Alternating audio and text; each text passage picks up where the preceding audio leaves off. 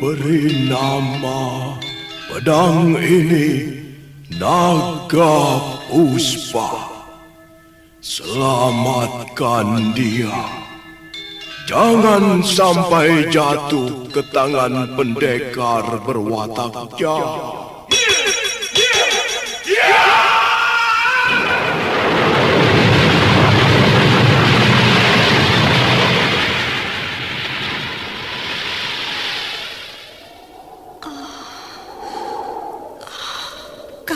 Kamandanu, kau masih juga tidak percaya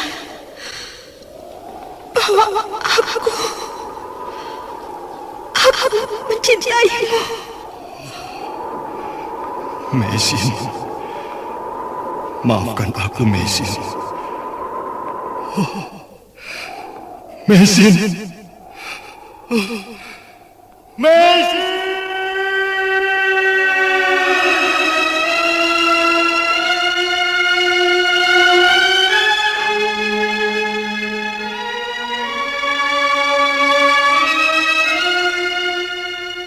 Tutur Tinula.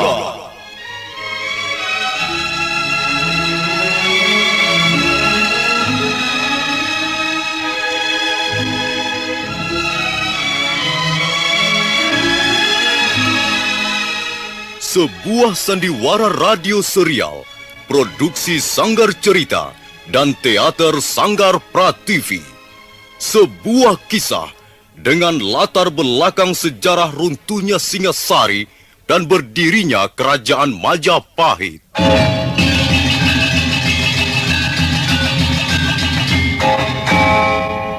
Sandiwara ini didukung oleh pemain-pemain radio yang sudah ternama. Ferry Fadli, Ivone Rose, dan Eli Ermawati.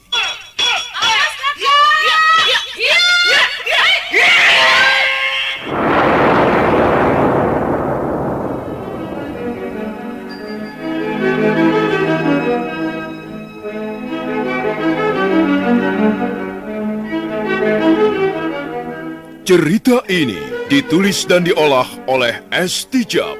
Hiasan musik dan sutradara C. Ispriyonoka.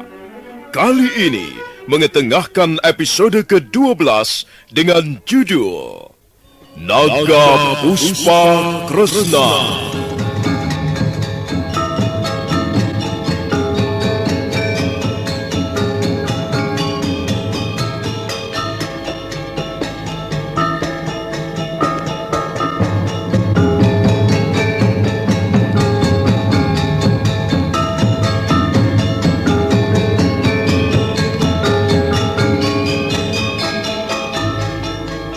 Dalam seri ke-351 ini didukung oleh para pemain Ferry Fadli sebagai Arya Kamandanu, Oki sebagai seorang gadis, Edos sebagai peronda, Mario sebagai kepala desa Kaliselikur, dan Asdi Suhastra pembawa cerita.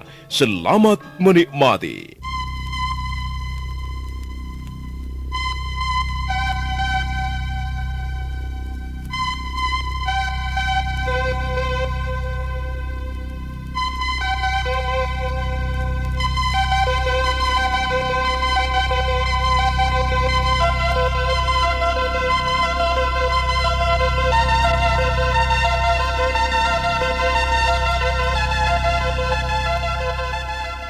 Dalam perjalanannya menemukan ular naga Puspa Kresna, Arya Kamandanu tiba di desa Kaliselikur.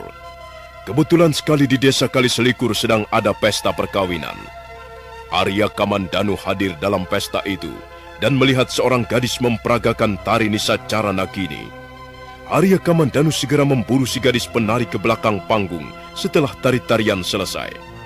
Tapi gadis penari itu ternyata tidak ada. Dia segera mengejar di tengah kegelapan malam, dan akhirnya Arya Kamandanu berhasil menemukan gadis penari itu sedang berjalan lenggang. Maaf, bolehkah saya tahu di mana kau belajar memperagakan tari Nisacara Nagini? Saya tidak belajar kepada siapa-siapa. Maksudmu? Saya belajar kepada diri saya sendiri. Saya tidak mempunyai guru. Guru saya adalah diri saya sendiri. Siapakah tuan ini? Mengapa tuan ingin tahu akan hal itu? Maaf. Aku hanya sekedar ingin tahu saja. Bagaimana pendapat tuan tentang tari Nisacara Nagini? Aku sudah pernah melihatnya. Dan sekarang ini untuk kedua kalinya aku melihatnya. Tari Nisacara Nagini memang indah. Saya sudah sering memperagakannya. Saya tidak bisa memperagakan tari-tarian lain kecuali Nisacara Nagini. Kau seorang penari. Seharusnya kau bisa memperagakan tari-tarian yang lain.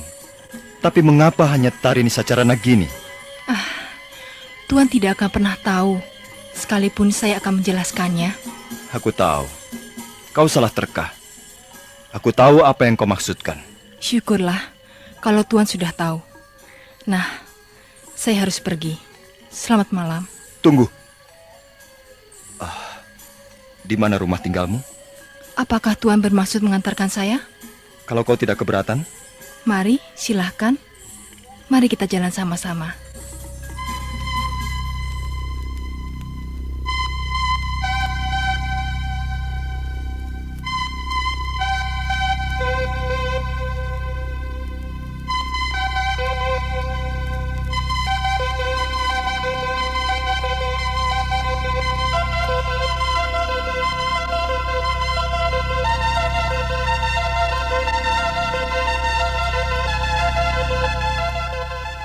Arya Kamandanu segera berjalan bersama-sama dengan si gadis penari. Mereka melewati jalanan setapak di sekitar desa Kaliselikur. Gadis itu banyak diam selama dalam perjalanan. Nampaknya dia menyembunyikan sesuatu. Arya Kamandanu semakin bertambah penasaran. Mengapa tuan berhenti? Rumah saya masih cukup jauh dari sini. Maaf. Kau masih belum mengatakan siapa namamu. Tuan juga masih merahasiakan siapa nama tuan? Namaku Arya Kamandanu. Siapa namamu? Nama saya Kanaka Maya. Namamu cukup bagus. Sesuai dengan orangnya. Bukankah Kanaka Maya artinya terbuat dari emas? Emas itu indah. Dan kau pun indah. Kau pun seperti terbuat dari emas. Kulitmu halus kekuning-kuningan seperti emas. Tuan jangan merayu. Nanti saya terlena. Bukankah terlena itu juga indah? Sudahlah. Marilah kita teruskan perjalanan. Rumah tinggal saya masih cukup jauh dari sini. Ayolah tuan. Tunggu dulu. Kanaka Maya, kau cantik sekali. Dan kau semakin bertambah cantik ketika memperagakan tari Nisacara Nagini. Tuan, sudahlah. Kita baru saja berkenalan. Kalau tuan ingin bersahabat dengan saya, kita masih mempunyai banyak waktu. Kanaka Maya, alangkah halusnya tanganmu. Alangkah lembutnya jari jemarimu. Kau benar-benar cantik, Kanaka Maya. Kau mengagumkan. Kau mempesona.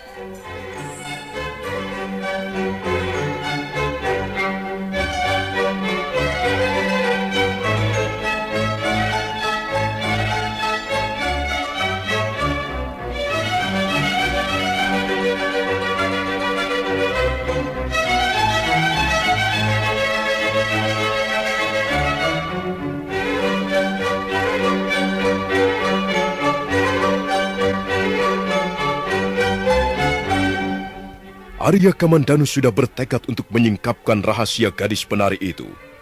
Dia mencoba untuk mendekatinya dengan rayuan-rayuan.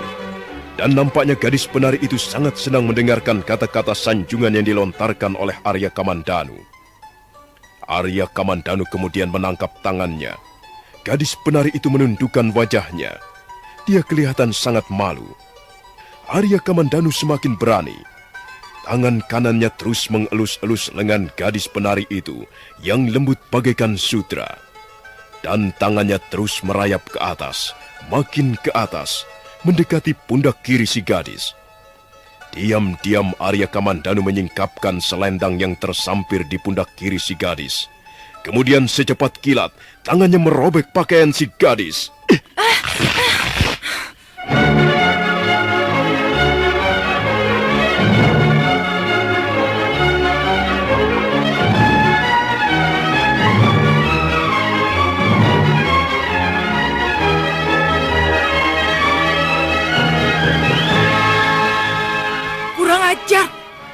Apa yang telah Tuan lakukan? Mengapa Tuan merobek pakaian saya? Tuan mau berbuat tidak senonoh kepada saya. Dasar laki-laki bejat. Bah! Kau tidak lagi dapat menipu aku. Sekarang mengakulah. Siapa kau ini sebenarnya? Aku bukan wanita nakal. Kalau kau ingin mengumbar nafsu, carilah perempuan lacur. Dasar laki-laki kotor. Tunggu. Kau tidak bisa pergi begitu saja. Lepaskan. Kau mau apa sebenarnya? Lepaskan tanganku. Lepaskan. Tidak akan kulepaskan sebelum kau mengatakan siapa dirimu yang sebenarnya. Aku tahu kau bukanlah seorang penari. Dan aku tahu namamu sebenarnya bukanlah Kanakamaya. Katakan siapa dirimu yang sebenarnya. Lepaskan. Apa urusanmu ingin tahu tentang diriku? Lepaskan. Tidak akan kulepaskan. Kalau kau tidak juga mau mengaku, bahkan tangan-tanganmu akan kupatahkan. Begitu. Jadi kau mau berbuat kasar kepadaku. Baiklah anak muda. Kau akan tahu siapa diriku.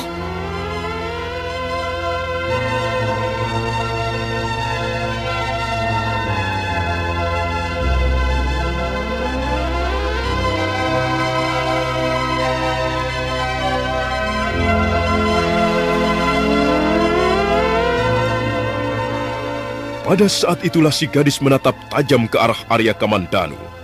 Wajahnya menjadi garang, seketika lenyap kecantikannya yang lembut. Wajah itu menjadi bengis dan mengerikan. Dan matanya, pandangan sepasang mata ular naga Puspa Kresna. Sesaat lamanya Arya Kamandanu menjadi gelagapan menatap mata si gadis yang mulai berwarna kemerah-merahan. Saat selanjutnya, si gadis meronta dengan kuat. Berontak, berusaha untuk mencampakkan tangan Arya Kamandanu. Hiya!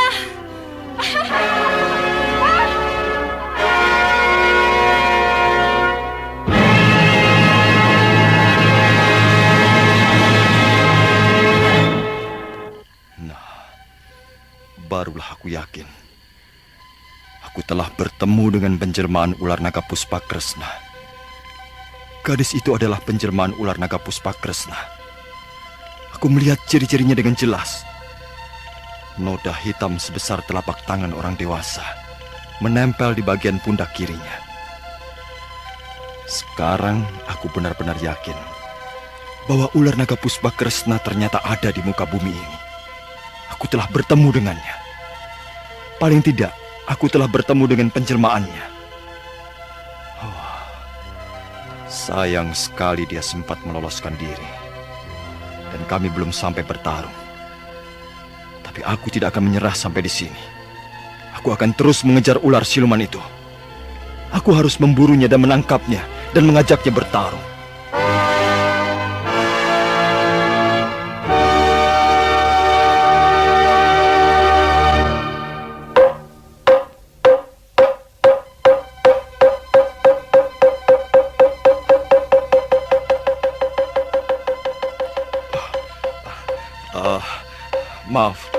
Maaf Pak, saya mau bertanya, apakah Bapak melihat seorang gadis berlari-lari melewati jalanan ini? Tidak. Siapa kau ini? Maaf, saya tidak dapat menjelaskan tentang diri saya. Saya sedang mengejar seorang gadis, dan saya kehilangan jejak di sekitar tempat ini. Apakah Bapak melihatnya? Hah? Gadis? Apa muka dia? Dia adik saya. Adikmu? Kau ini mencurigakan sekali. Kau pasti bukan berasal dari desa Kaliselikur. Memang saya bukan warga desa sini. Saya hanya kebetulan melewati desa ini. Saya ingin mencari adik saya. Dia kabur dari rumah. Saya harus segera menemukannya. Jadi Bapak tidak melihatnya? Tunggu dulu. Tunggu. Kau membuatku penasaran saja. Malam-malam begini masih keluyuran. Ayo ikut aku. Kemana, Pak? Ikut aku ke balai desa. Kau akan kuserahkan pada keamanan desa. Kau harus diperiksa. Maaf, saya terpaksa tidak bisa memenuhi keinginan Bapak. Saya buru-buru. Hei, jangan main-main kau. Kau harus kutangkap. Dan kau pastilah orang yang bermaksud jahat. Mari, berikan tanganmu. Kau harus ditangkap. Maaf, Saya terpaksa tidak bisa melayani Bapak. Saya mempunyai urusan yang sangat penting. Kurang ajar. Kau menghina aku ya? Rasakan ini, hah? Iya.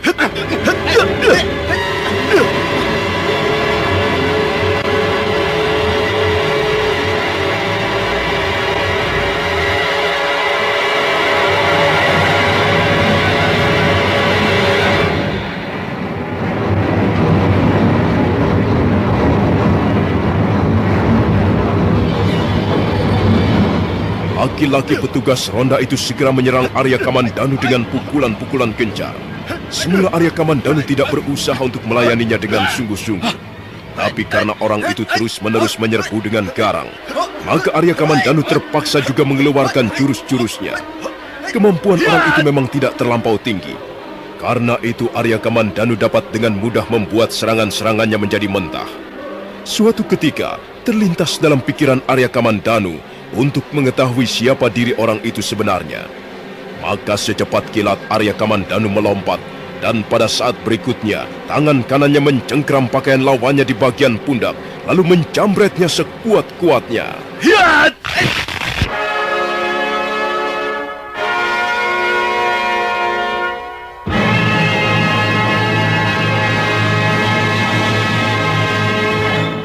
Kurang ajar.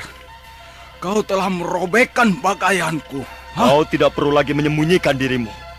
Usahamu akan sia-sia. Nah, sekarang marilah kita lanjutkan pertarungan ini. Hiat!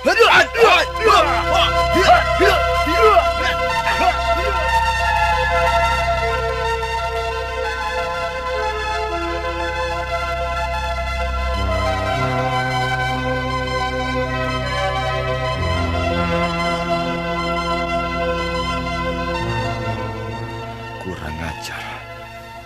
Dia berhasil meloloskan diri lagi. Memang benar apa yang dikatakan Bapak Lungga. Ular siluman itu bisa mancolo putra, mancolo putri. Baru saja dia telah merubah dirinya menjadi seorang peronda malam. Aku melihat dengan jelas ketika bagian pundaknya tersingkap. Ada noda hitam melekat di pundak kirinya. Aku harus lebih berhati-hati. Musuh yang akan kuhadapi bukanlah manusia biasa, melainkan siluman. Dan dia pasti tidak akan kurang cara untuk memperdayai aku. Aku tidak boleh lama-lama berada di tempat ini. Aku harus terus memburunya, mengejarnya.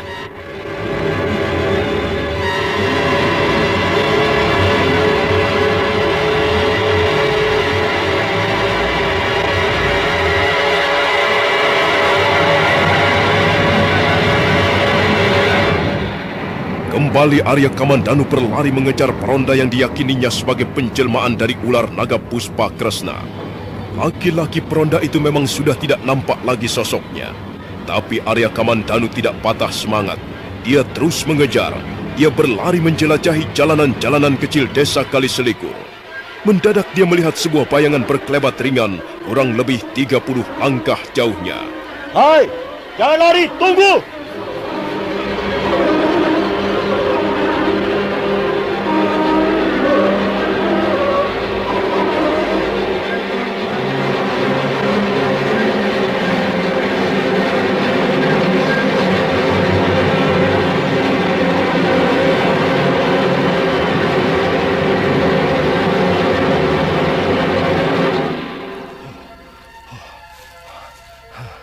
Dasar siluman, dia lenyap lagi. Tapi aku yakin dia bersembunyi di sekitar tempat ini. Aku melihat dengan jelas dia memasuki pekarangan rumah itu. Nah, itu kebetulan ada orang keluar. Aku akan bertanya padanya. Arya Kamandanu kemudian bergegas menemui seorang laki-laki setengah tua yang baru saja keluar dari pintu ruangan depan. Laki-laki setengah tua itu agak terkejut begitu melihat kehadiran Arya Kamandanu yang tiba-tiba. Maaf Pak, saya ingin bertanya. Saya baru saja mengejar seseorang, dan orang itu lenyap di sekitar tempat ini. Saya yakin dia bersembunyi di sekitar rumah Bapak. Kamu siapa? Dan siapa itu yang kau kejar-kejar? Maaf, saya tidak dapat menjelaskannya secara terperinci kepada Bapak. Saya hanya ingin menangkap orang itu. Dan saya yakin dia bersembunyi di sekitar pekarangan ini. Oh, maaf Pak. Bolehkah saya menggeledah pekarangan Bapak? Tunggu dulu. Kau rupanya belum tahu ya. Aku kepala desa Kali Selikur ini. Oh, maaf Bapak Kepala Desa. Saya tidak tahu bahwa Bapak adalah Kepala Desa Kali Selikur. Tapi saya tidak bermaksud buruk. Saya hanya ingin menangkap orang itu. Ya, tapi siapa orang yang mau kau tangkap? Dan apa salahnya? Dan kau ini sebenarnya siapa? Saya berasal dari desa sebelah, Bapak Kepala Desa. Saya mengejar seorang pencuri. Apa? Pencuri? Kau jangan main-main anak muda. Kau pikir aku telah menyembunyikan seorang pencuri? Iya. Maaf Pak, bukan begitu. Saya sama sekali tidak bermaksud menuduh Bapak telah menyembunyikan seorang pencuri. Sudah. Pergi sana. Cari saja di tempat lain. Di rumahku tidak ada pencuri. Memang beberapa bulan yang lalu pernah ada seorang pencuri bermaksud memasuki pintu rumahku. Tapi dia ditangkap beramai-ramai oleh warga desa Kali Selikur. Dia ditangkap dan dipukul beramai-ramai. Kemudian diserahkan kepada yang berwajib. Nah, sejak itu desa Kali Selikur aman. Tidak ada pencuri lagi. Kalau kau mau mencari pencuri, carilah di desa lain. Atau jangan-jangan justru kaulah pencurinya. Nah, kalau begitu kau harus diperiksa. Maaf, saya buru-buru Pak. Saya harus segera bisa menangkap orang itu. Berhenti. Kurang ajar sekali kau ini anak muda. Berani sekali kau berlaku sembrono di rumahku. Ayo kemari, kau harus kutangkap. Maaf Bapak Kepala Desa, saya tidak bisa melayani Bapak. Jadi kau mau melawan ya? Mau melawan? Jangan kau kira aku tidak bisa menangkapmu, huh? Awas!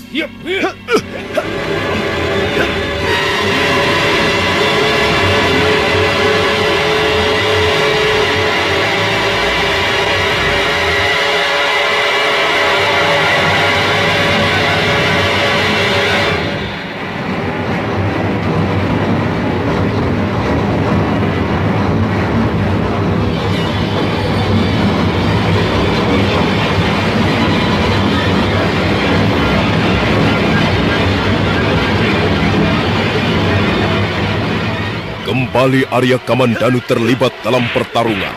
Kali ini yang menjadi lawannya adalah Kepala Desa Kali Selikur. Nampaknya Kepala Desa Kali Selikur mempunyai sedikit simpanan kepandaian juga. Dia segera menyerbu dengan jurus-jurusnya yang berbahaya. Tapi Arya Kamandanu adalah seorang pendekar pilih tanding. Sama sekali dia tidak menjadi gentar. Dia menghadang serangan-serangan itu, mengembalikannya ke kiri ataupun ke kanan. Kemudian balas menyerang.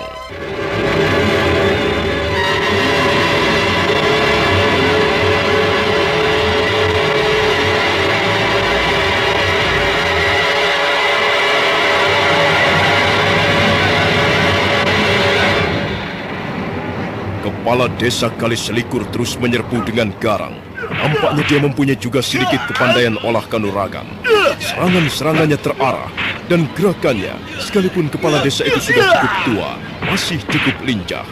Tapi Arya Kamandanu adalah pendekar pilih tanding.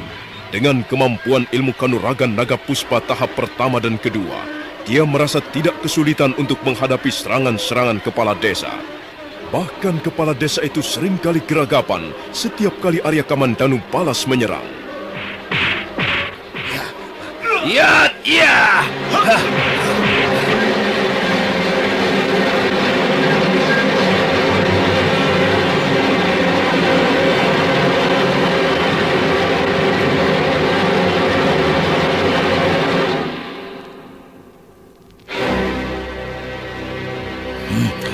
Kurang ajar. Rupanya kau mau pamer kepandaian di desa Kali Selikur, huh? Maaf Bapak Kepala Desa. Bukan saya yang memulai, melainkan Bapak Kepala Desa. Saya hanya melayani saja. Kau tidak perlu menyombongkan dirimu anak muda. Kalau kau masih tidak mau kutangkap dan kuperiksa, maka aku terpaksa menggunakan cara lain. Hah? Bagaimana anak muda? Apakah kau masih berusaha untuk melawan? Pikirlah baik-baik. Saya tidak bermaksud melawan Bapak Kepala Desa. Saya datang ke tempat ini tidak untuk membuat kerusuhan. Kau akan kami periksa dengan seksama. Kau mempunyai hak untuk membela diri. Tapi janganlah berbuat seenakmu di desa ini. Hah? Maaf, Bapak Kepala Desa. Bapak Kepala Desa jangan memojokkan saya. Saya bukan penjahat. Saya bukan pencuri. Sudahlah anak muda. Jangan banyak bicara. Sebenarnya, aku ingin bersikap lunak padamu. Tapi justru kaulah yang telah memojokkan aku. Sehingga aku terpaksa bersikap kasar. Nah, bagaimana sekarang? Masih juga tidak mau menyerah? Saya tidak perlu menyerahkan diri. Karena saya tidak bersalah. Kalau Bapak Kepala Desa bermaksud menggunakan pedang untuk menangkap saya, silahkan. Hei, anak muda. Aku tahu kau mempunyai ilmu kanuragan yang cukup tinggi. Tapi aku adalah kepala desa di sini. Aku harus ikut bertanggung jawab terhadap keamanan desa Kali Selikur. Awas! Yuk!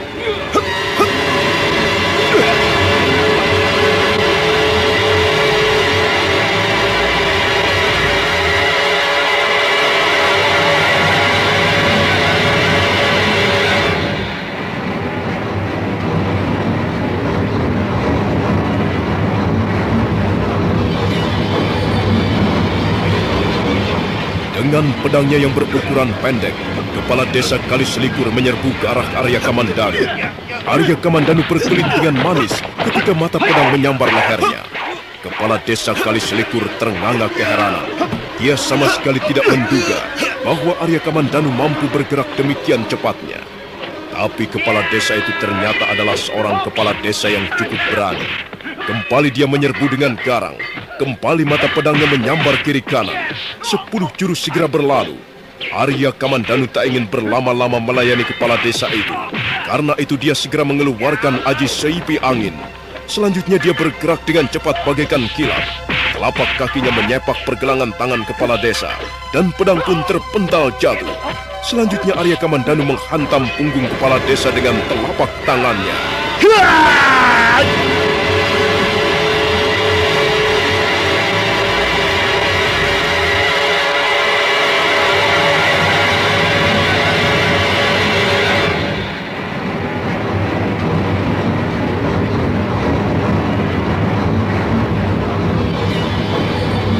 Kejadian itu berlangsung dengan sangat cepatnya. Kepala desa Kali Selikur masih terenganga keheranan ketika pedangnya terpental jatuh. Mendadak tubuhnya menjadi limbung. Dan sebentar kemudian, kepala desa Kali Selikur itu pun membongkok untuk kemudian roboh ke tanah. Arya Kamandanu tidak menunggu lebih lama lagi. Begitu melihat tubuh kepala desa itu roboh ke tanah, dia pun bergegas melangkah ke arah pintu. Dia agak ragu-ragu sejenak, tapi ternyata pintu itu tidak terkunci.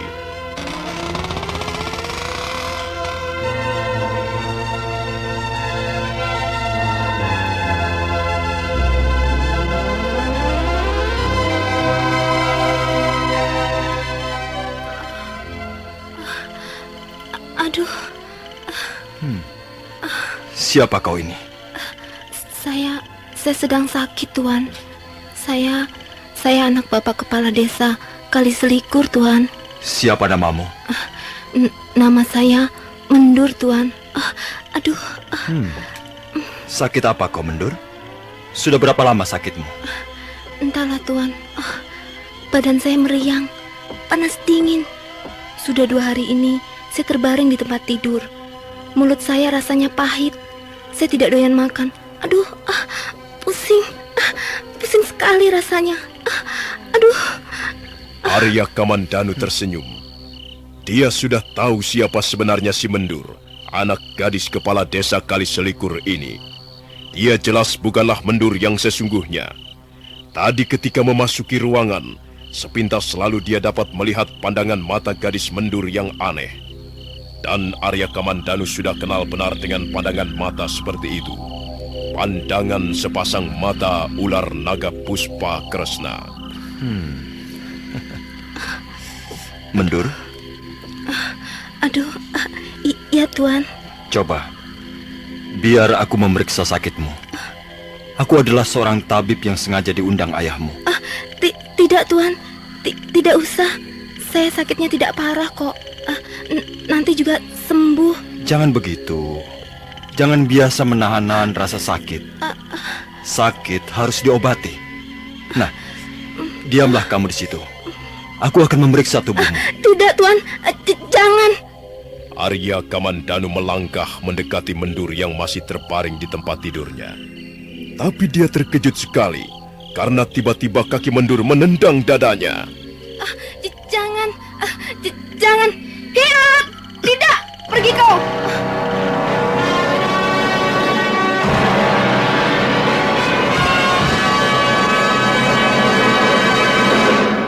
Ada apa dengan dirimu, Mendur? Aku akan menolongmu. Mengapa kau malah menendangku? Lihat, meja ini menjadi rusak. Tidak, Tuan. Saya tidak mau diperiksa. Saya harap Tuan segera pergi. Tidak, aku tidak akan pergi. Aku tahu siapa dirimu, Mendur. Saat berikutnya, Arya Kamandanu bergerak bagaikan kilat. Tangannya menyambar pakaian Mendur. Kain itu robek dan Mendur berusaha menyembunyikan noda hitam di pundaknya bagian kiri. Nah, ketahuan sekarang belangmu. Mau lari kemana kau? Hai siluman! Kau memang cerdik, anak muda. Kau cerdik dan berani. Tapi kau keliru kalau menganggapku remeh. Percayalah, anak muda. Kau tidak akan bisa menangkapku. Kau tidak akan bisa melarikan diri lagi. Kau akan kugenggam dengan kedua belah telapak tanganku ini.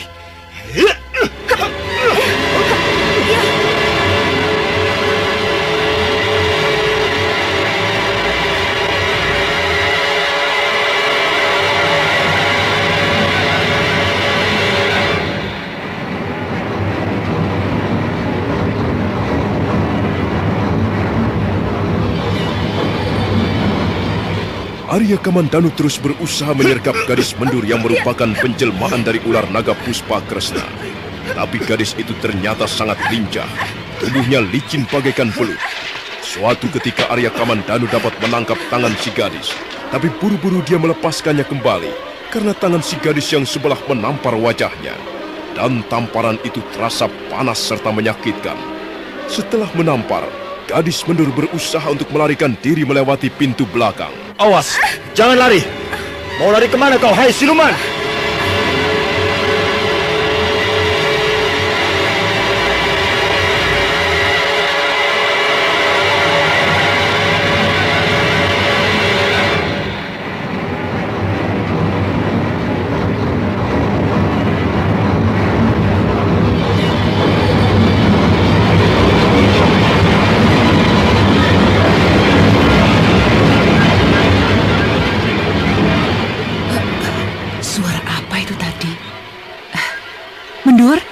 Mendur, bangunlah Nini, bangunlah sebentar nak.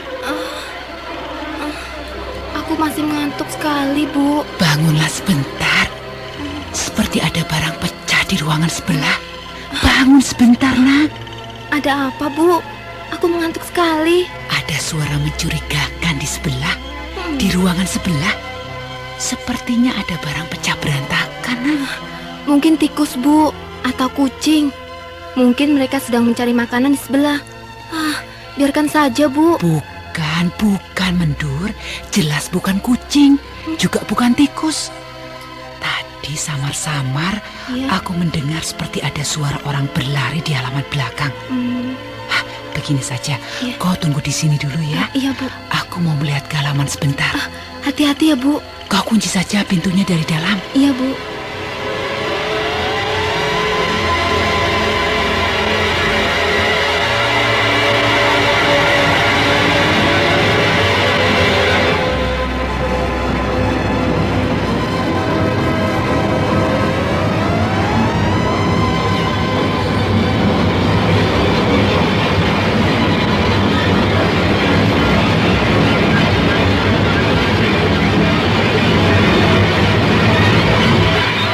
Istri kepala desa Kaliselikur, wanita setengah tua itu kemudian melangkah perlahan-lahan meninggalkan bilik tempat tidur putrinya.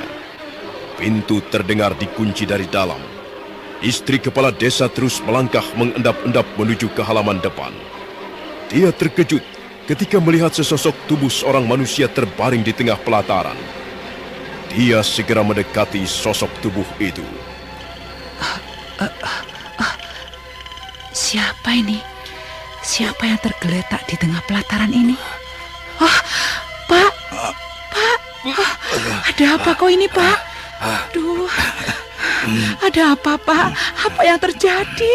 Kurang ajar. Rumah kita kemasukan penjahat, Bu. Penjahat? Iya. Maksudmu pencuri? Perampok, Pak? Ya entahlah, Bu. Saya juga tidak tahu apa keinginan orang itu. Saya sempat bertarung dengannya dan saya dapat robohkan. Entahlah apa yang kemudian dilakukan oleh orang itu. Di mana Mendur? Di dalam biliknya. Dia tidak apa-apa kok, Pak. Dia tidur bersamaku. Apa kau tidak mendengar suara ribut-ribut? Aku mendengarnya, Pak. Itulah sebabnya aku keluar. Aku mendengar seperti ada barang jatuh berantakan di ruangan sebelah sana. Kemudian seperti ada orang berlari-lari di halaman belakang. Ya. Kalau begitu mari kita periksa. Jangan-jangan memang benar dia bermaksud merampok kita.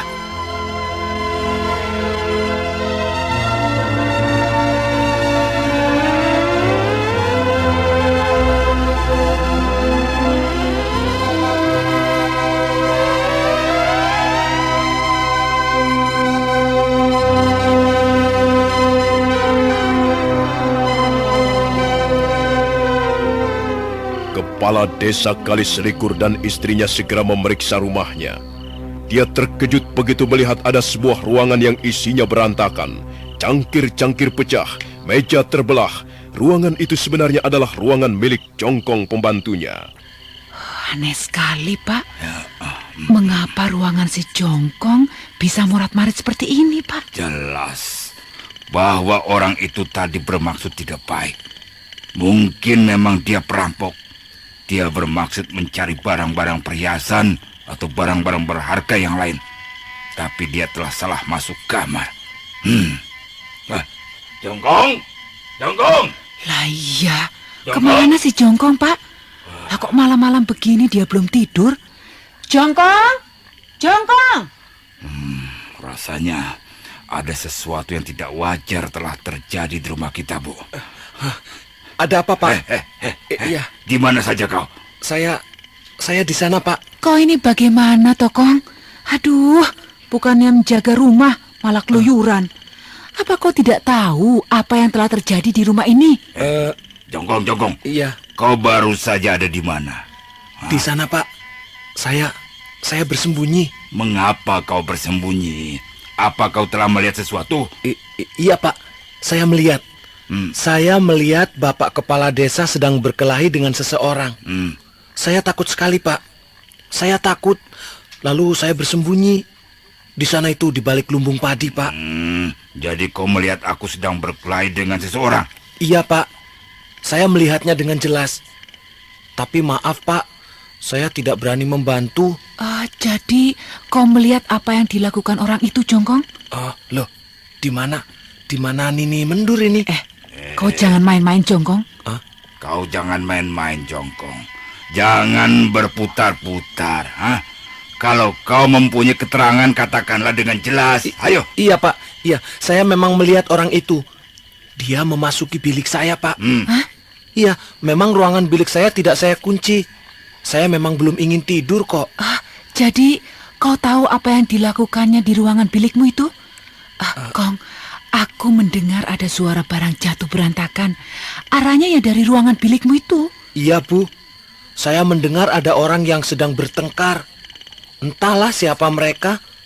Tapi sepertinya laki-laki dan perempuan. Perempuan? Iya. Apa kau menyimpan perempuan di rumahku ini, Jongkong? Tidak, Pak, tidak. Perempuan itu sepertinya Nini Mendur, Pak. Jangan ngaco kok, Jongkong. Mendur tidur bersama aku. Iya. Lagi pula buat apa Mendur keluyuran ke ruangan bilikmu, Tapi saya dapat mendengarnya dengan jelas, Bu. Benar, Bu, saya tidak berdusta. Saya mendengar suara Nini Mendur. Bahkan saya mendengar Nini Mendur tertawa-tawa. Kemudian terdengar seperti orang baku hantam di dalam ruangan bilik saya. Sudah. Iya, Pak. Keteranganmu semakin bertambah tidak beres saja. Sudah, sekarang bunyikan saja kentongan. Panggil warga desa. Kumpulkan mereka di halaman depan sana. Iya, Pak. Jongkong, pembantu yang masih muda usia itu, kemudian melompat ke arah gardu balai desa, dan sebentar kemudian terdengar bunyi kentongan bersahut-sahutan.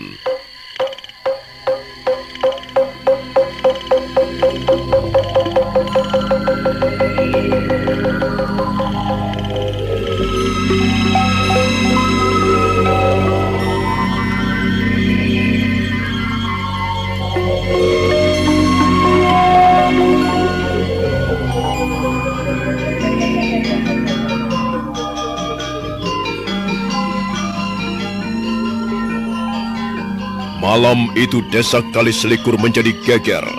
Demikian mendengar bunyi kentongan bersahut-sahutan, warga desa segera terbangun dan mereka berbondong-bondong pergi ke rumah kepala desa.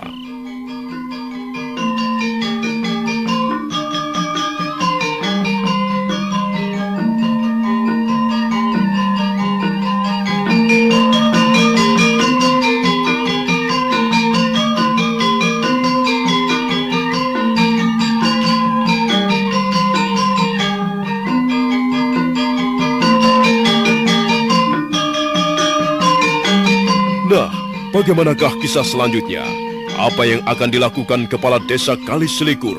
Dan bagaimana dengan Arya Kamandanu yang masih mengejar Mendur sebagai penjelmaan dari ular naga Puspakresna? Saudara pendengar, silakan menunggu seri berikutnya. Sampai jumpa.